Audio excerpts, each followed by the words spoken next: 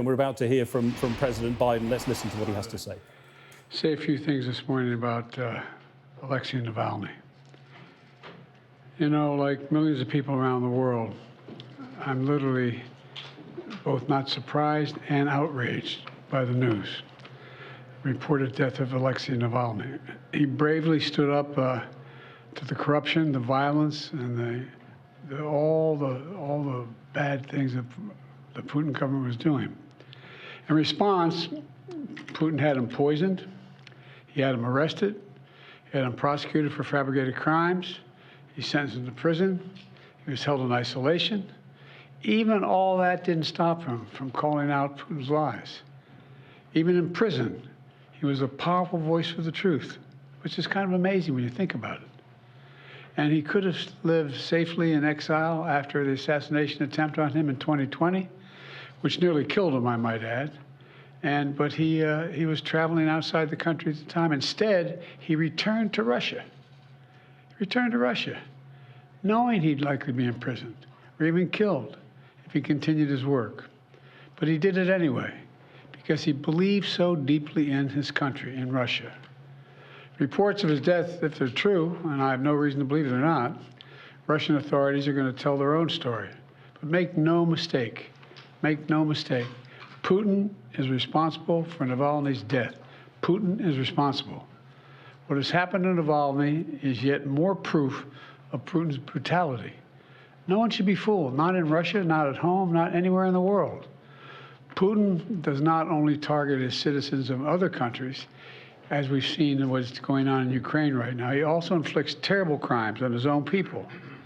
And as people across Russia and around the world are mourning Navalny today because he was so many things that Putin was not. He was brave, he was principled, he was dedicated to building a Russia where the rule of law existed and where it applied to everybody. Navalny believed in that Russia. He knew it was a cause worth fighting for, and obviously even dying for. This tragedy reminds us of the stakes of this moment. We have to provide the funding so Ukraine can keep defending itself against Putin's vicious onslaughts and war crimes.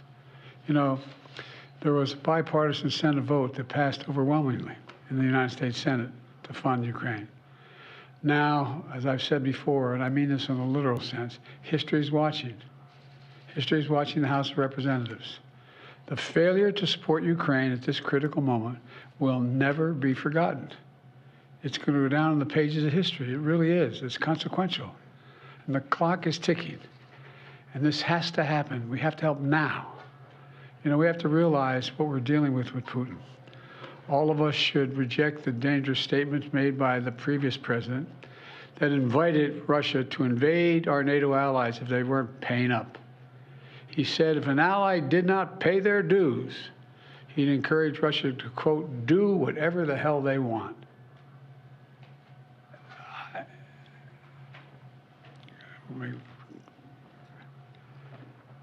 I guess I should clear my mind here a little bit and not say what I'm really thinking, but let me be clear.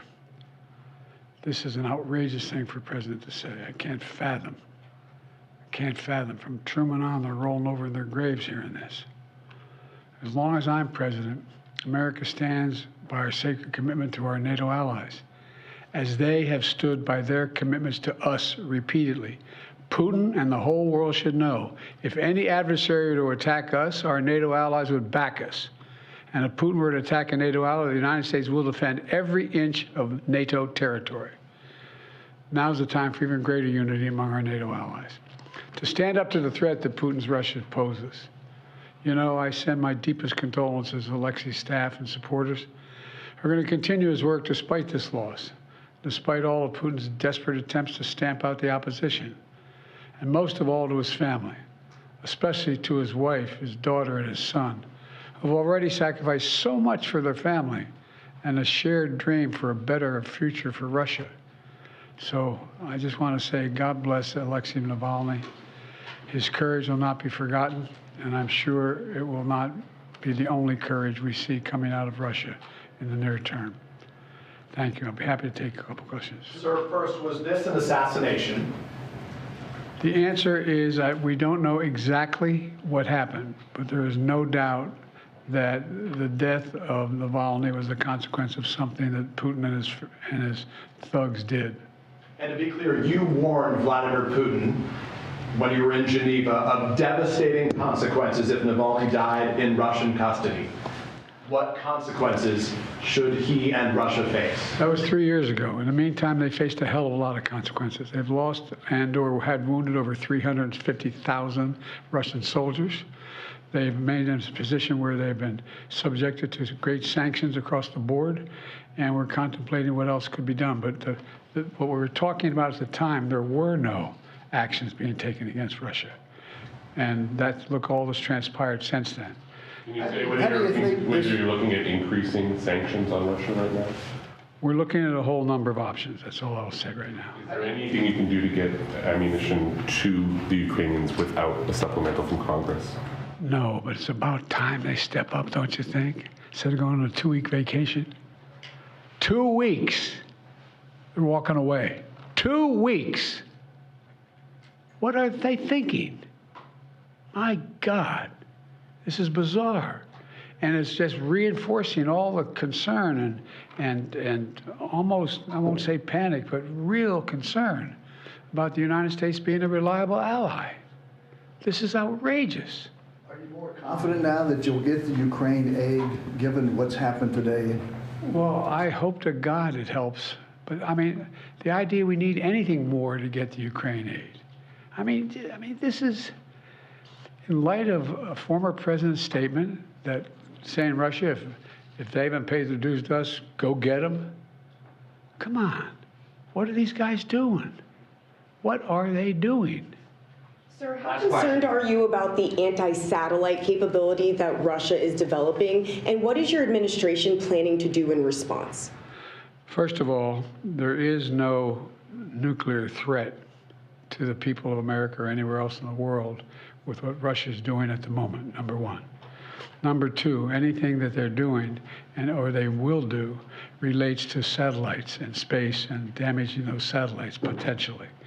Number three, there is no evidence that they have made a decision to go forward with doing anything in space either. So what we found out, there was a capacity to launch a system into space that could theoretically do something that was damaging. Hadn't happened yet, and my hope is it will not. Thank you all. I'll take one more. Thank you, Mr. President. Switching gears for a moment, have the Israelis presented a credible evacuation plan for the nearly 1.5 million displaced Palestinians sheltering in Rafah? And what would the consequences be for Israel if they move ahead with a full-scale ground invasion without clear measures to protect civilians there? Well, first of all, I've had extensive conversations with the Prime Minister of Israel over the last several days, almost an hour each. And I've made the case, and I feel very strongly about it, that there has to be a temporary ceasefire to get the prisoners out, to get the hostages out. And that is underway. I'm still hopeful that that can be done. And in the meantime, I don't anticipate, I'm hoping that the Israelis will not make any massive land invasion in the meantime. So it's my expectation that's not going to happen. There has to be a ceasefire temporarily to get those hostages. And by the way, we're in a situation where there are American hostages. American citizens are being held hostage. It's not just Israelis, it's American hostages as well. And, my hope and expectation is that we'll get this hostage deal, we'll bring the Americans home, and the deal is being negotiated now, and we're going to see where it takes us. An FBI informant at the center of the impeachment inquiry into you has been indicted for allegedly lying. Your reaction to that, and should the inquiry be dropped? He is lying, and it should be dropped, and it's just been an outrageous effort from the beginning. And we did. No, I'm serious.